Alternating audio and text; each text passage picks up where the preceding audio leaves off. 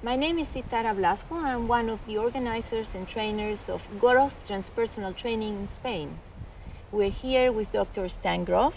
He has come to Spain to teach a module, and we're taking this opportunity to ask him a few questions that we have been getting from participants from all over the world.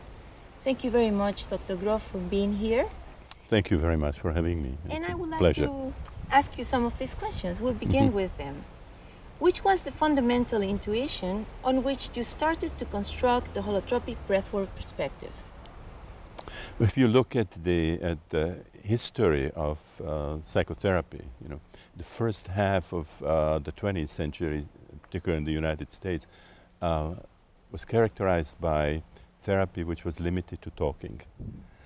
And but in the middle of the 20th century, psychologists, psychiatrists became increasingly dissatisfied with what you can do with verbal therapy.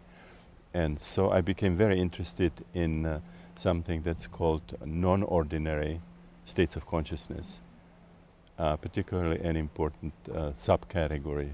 Those are the experiences that, for example, the shamans experience at the beginning of their career, or that they are using with their clients, or the kind of experiences that the native cultures experience in what's called rites of passage or in the various healing ceremonies, and also something that can happen during powerful spiritual practice, the Buddhist, Hindu meditation, Taoist meditation, Kabbalistic exercises, the experiences of Christian mystics.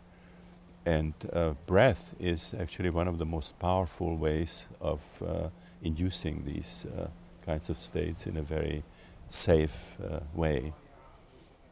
What's interesting about breath, that in our culture, in the industrial civilization, breath is just a very powerful physiological function, vitally important. But all the ancient and pre-industrial cultures saw breath as something much more powerful, something that connects the external world, the air, with our body, with our lungs, but through that also with the psyche and with the spirit.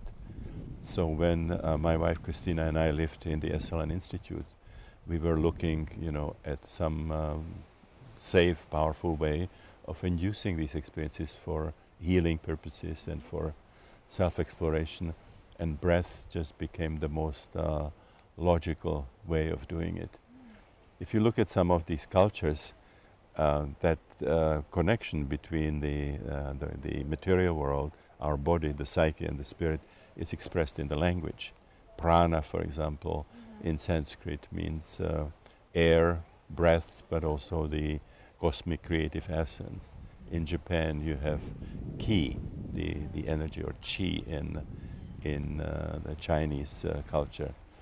Or in Hawaii you have the term aha, like in aloha, means presence of the living breath.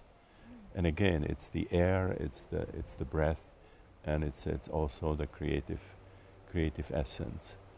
And so what we find with the breathing, that as you are breathing the air through your lungs, you start having psychological, emotional experiences that also have important spiritual content. For many people, those are mystical experiences which are very healing.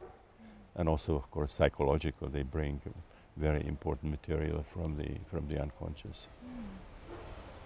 So breath is the core of the practice. Yes. Yeah. Okay.